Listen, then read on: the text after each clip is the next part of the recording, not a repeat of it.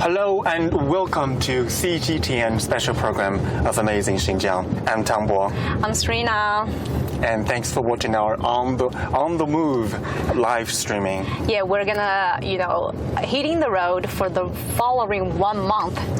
We're gonna, go across Xinjiang from the northern part to the southern part. And the entire journey is going to last for nearly 30 days. Yep. And for your information, the journey this time is guided by our Beidou satellite navigation system. And throughout the whole journey, and this system is going to guide us through the trip. Yep. So we have left Beituan City and we're now heading to Kanas Lake, which is one of the most famous lake in China, I would say that. Yes. And it's also the second largest deep water lake in China. And also we're going to find out why what has made that area so unique and special. Yep. Yes. Mm-hmm. And right now we are having our On the Move live stream on the way to show the sceneries along the road, heading from Beituan City to our next stop, just mentioned, Kanas. But take a look at the outside. We have entered this area. It's actually called Kanas Natural Reserve. It is also known as the Xinjiang National Geopark. We can see around us a large area of grassland. Yeah. And see on our right side, we can see those small tents. Yes. I think that's where all these yurt houses. Yep. Yes. And cows and sheep. It's very, everything looks so different to me, as we've So that means this is pretty much your first time visiting this area. Yeah, exactly. See all the lively animals just like, running through right by our side. Yes. So exciting. Look at those sheep, kind of get disturbed by us. Yeah. But still look cute. Yeah, they're running in the crowds. Is this your first time here in Xinjiang? Yeah, pretty much. No, actually, this is my second time. We spent like 2 weeks in July here to figure out what's the place. Which road we're going to go. Yes. Mm-hmm. But now it's autumn. The weather's getting much colder. Yeah, I believe the scenery changed a bit as well, right? Yes. And I think if we are lucky enough, we might be able to see some rare animals like snowcocks, marmot, and along with those cute little sheep and cows and camels. Yeah. So when we were at lunch today, so one of the local residents told me that all these sheep we're seeing now, they have a very cute nickname called Big Button Sheep. Button. Yes. I think it's because of their body shape. It's so different from the normally what sheep we can see. Mm-hmm. So they gave them this cute nickname. Just a little bit background information about the Kanas. It is located in northern Xinjiang in Birkin County of Altai City. And actually the entire area borders Kazakhstan, Russia, and Mongolia. Mm-hmm. And it is also a very popular touristic destinations, no matter from domestic tourists as well as international tourists, I believe. Yes, look around, we can see a lot of, natural ecosystem like lakes, rivers, glaciers, forests, and right now, grasslands and grassy marshlands embedded with those little yard houses. I'm quite excited right now. Me too. Let's take a look.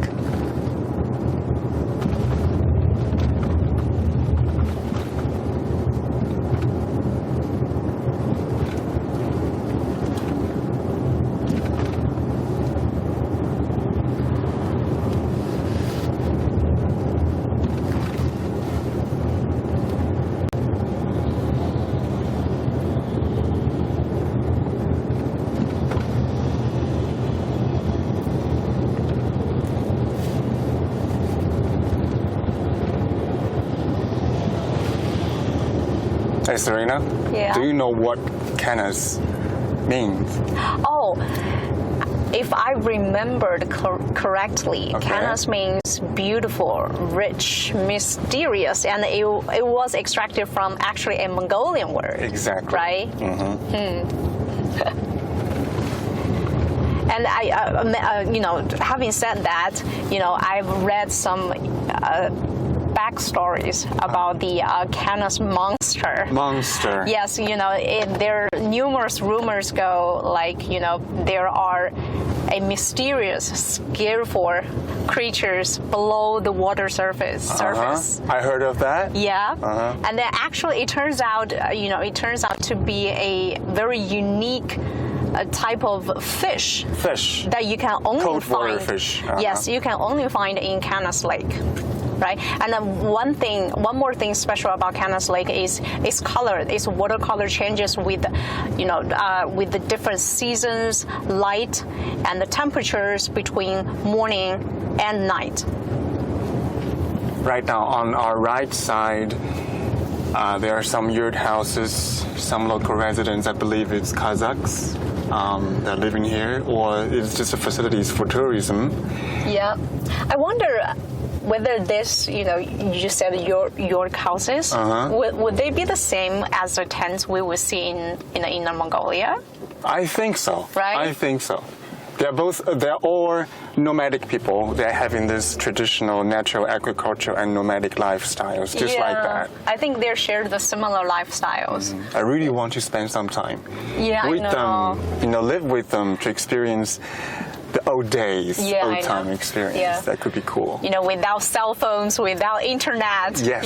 Without texting messages all the time. Just you and the nature. Yes. And those rare animals and cows, sheep. Do you like cheese?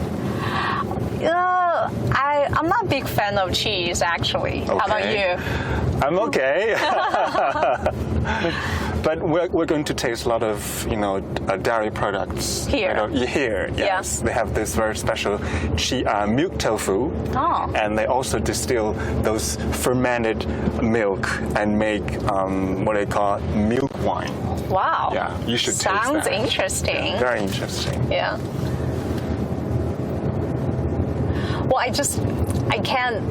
can't stop mentioning about these clear blue skies we can see right now. It's just so beautiful. Yeah, even though the weather in Beijing, big cities, is getting much better than before, but still. Yeah, it's still different. You get different feelings once you're here.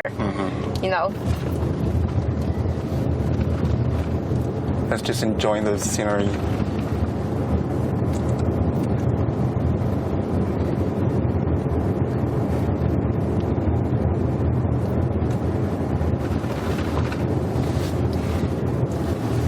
Yeah, just follow our camera, just enjoy the sceneries, enjoy the same view we can get out from our vehicle windows.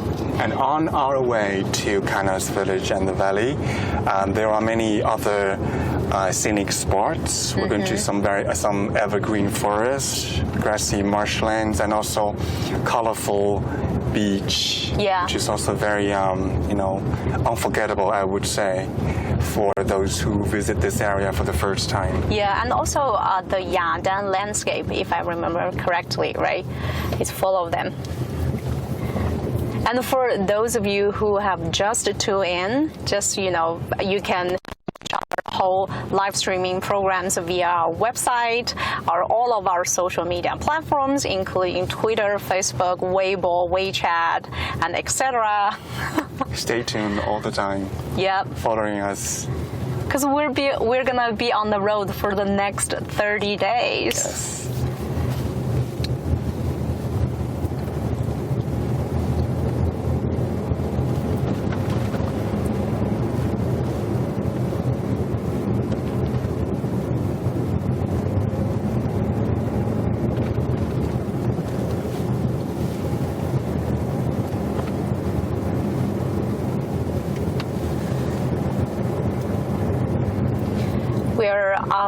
entering the second day of our overall 1 month journey. So we kicked off our first day in Kokoto High. Tangbo, you were at Kokoto High, right? I remember you talked to the first and second generation of mine workers there. So how was it? I was really impressed by what they have been experienced because nobody knows that area, that place until the late 1990s. Before it was a top secret because those red minerals was used for nuclear and hydrogen bombs and also our country's aerospace industries. So that was a top secret. And then people get to know this place in the late 1990s. And for those two retired miners, they knew nothing about what they're working for. Yeah. Not until the late 1990s. Right. So when they get to know that the minerals that they dig was for the country's development, they were so proud of it. Yeah, and one of them has made this collections of the old objects of those miners for the past 30 years to try to let more people to know about the glorious history of Kokoto High. Right, to remember what they've done. And also the elder one even wrote a song for the town of Kokoto High. The song was about love, about harmony, about people, devote their lives to this works. Right. So I was having a great time talking to them. And made stories about that. Yeah, sounds very nice. Now, what about you? You were in Fuyun County. Yeah, I was in a county. Well, the county itself, it was very lively. It was comprised of 29 different ethnic minorities, including Kazakh, Uyghurs, Mongolians, and then I've also talked to a Kazakh soccer coach. He was very nice and just showed me around the county, around that small town. Yeah, that's pretty much we had for the first day. Yes. And we left that place, and now we're on our way to Kanas Village. And on our right side, as you can see, in a very beautiful valley, lots of cows and sheep resting there, easy, cozy, enjoying the sunshine, and also a few yurt houses embedded in it. Yeah, it's a vast grasslands. Yes, very impressive.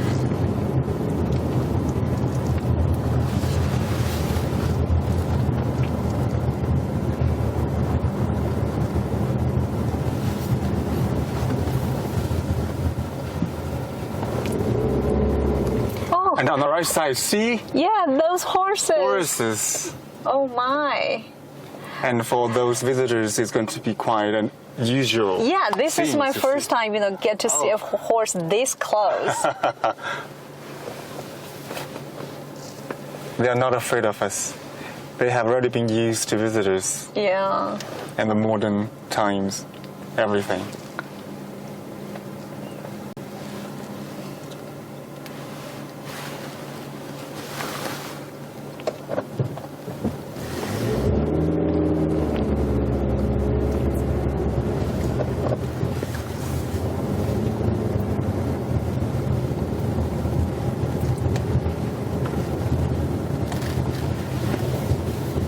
There are some more on our left side.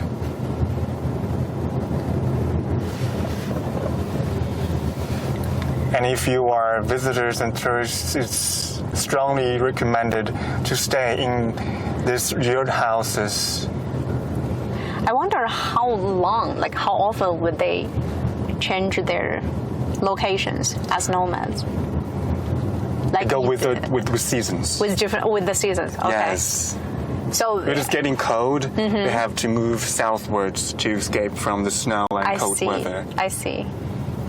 And in spring, when those snow melts, and they're going to move northwards to find, even more grasslands for their herds, cows and camels, sheep, everything.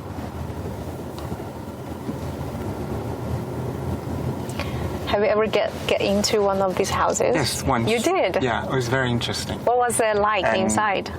It's not that big, but still homey and cozy. Uh-huh. It's like a living room, but at the same time they use it as bedrooms. I see. It's like a condo. We live in the city. Yes, yes, exactly. But more natural, with much better environment. Much fresher air. Yeah. And on our right side again. I see a cow feeding itself, and another black horse.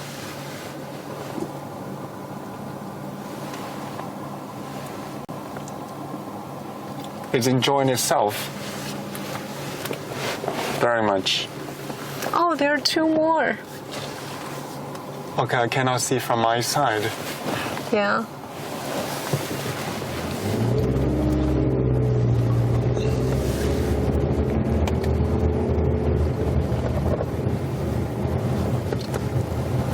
This area looks a bit like Siberian Oh, it does? tiger.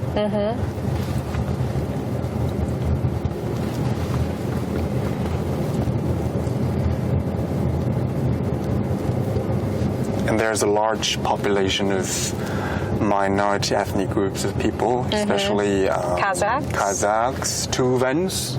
Oh. They're from one branch of the Mongolian people. I see. And also some Uyghurs, I believe. Most of them remain their natural agriculture and nomadic lifestyles, but many of them have been, settled down for some developing tourism facilities. Yeah. That you can go hiking, camping, orienteering, rafting, etc. Yeah. So this is what we call green development and green tourism. I see. And actually it's the best season to actually visit this region, right? I think this area is always beautiful in different seasons. Yeah. Yeah, it depends on what you want to see. For autumn time, we're going to see so many maple trees. Greens and yellow and golden colors in front of us. It's also quite popular when winter comes. You can actually go skiing. Yes. Yeah. And enjoy a pile of white color right in front of you.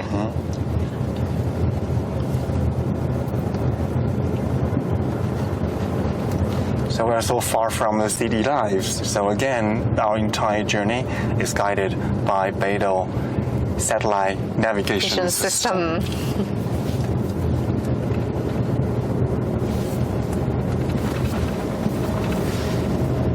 This is a very strong company. Yeah, is it? Very safe and secure. That's the most important thing. On our right side, another valley. Let's take a look. I feel so relaxed and chilled. Yeah.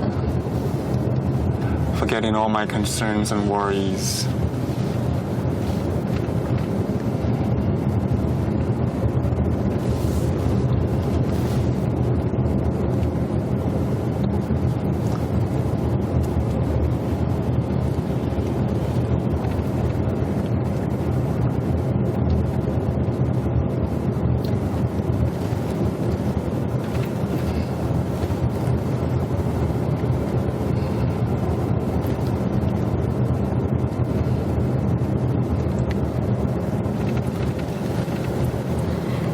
And to look a bit further, you can see these hilly mountains over there. Yes, with shadows of the clouds going through on the ground. Right. Very romantic, huh? Yep.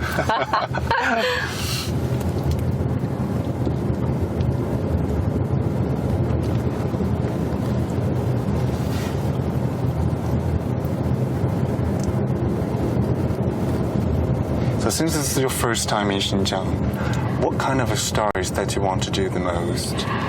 I've actually visited Kashgar last year, but that's in the southern part of This Xinjiang. is not your first time in Xinjiang, actually. Yeah, it's not my first time, but it's like completely different feelings once you are in the south versus you are in the north. So in the south, you might more focusing on the people there, the culture, the heritage, and everything. So in the north, you just you just want to sit in a car, chill, and just enjoy the beautiful sceneries outside. the northern part and the southern part is quite different from each other. Yep. So before we enter in the southern part, which is, enjoying the scene right now. Yeah. And one major difference you can tell is like right now it's early September. So while we're in the northern part of Xinjiang, we have to put our thick, jacket and sweaters.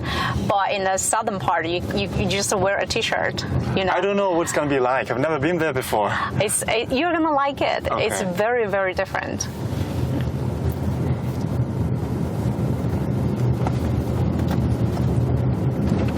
On our right side again, endless valleys.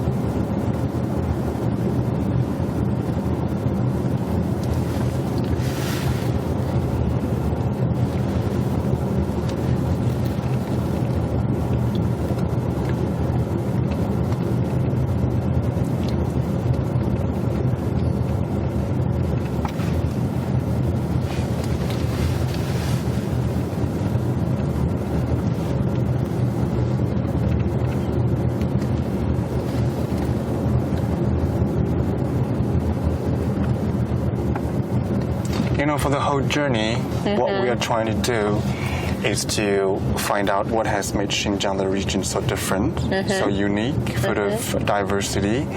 But at the same time, I want to find something in common, like those ethnic group of people. They share the same hope, same desire, even, and same worries, concerns, just like us. Yep. Like us, people living in inner provinces and regions. Yeah. So I want to do that, not just the difference, but there's something in common. Right. That's another part of integration. Yes. That we share the same thing. Right. And as a group. Yeah.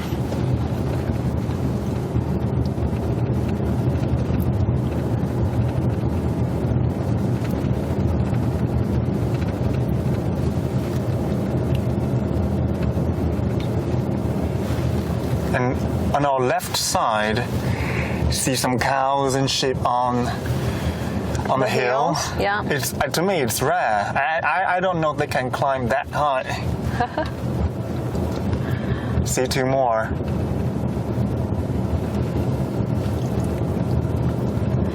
And again, for those of you who've just tuned in our live streaming, you can, watch our live streaming through our website, all of our social media platforms, Weibo, WeChat, Facebook, Twitter, and YouTube. Yeah, and if you have any questions or any comments, especially any questions like any concerns you would want to know about Xinjiang, the local people, local food, local weather, and everything, just leave your comments, leave your question on all of our social media platforms. We will make our best, try to bring the answers to you. Yes. During our whole journey. Always at your service.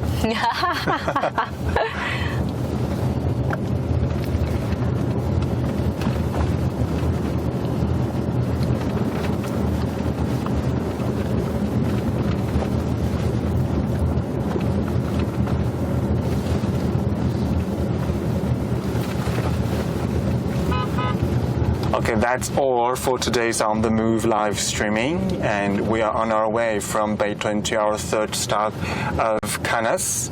And stay tuned on CGTN live stream and special program of Amazing Xinjiang. I'm Tang. I'm Serena. See you next time. See you next time. Bye. Bye.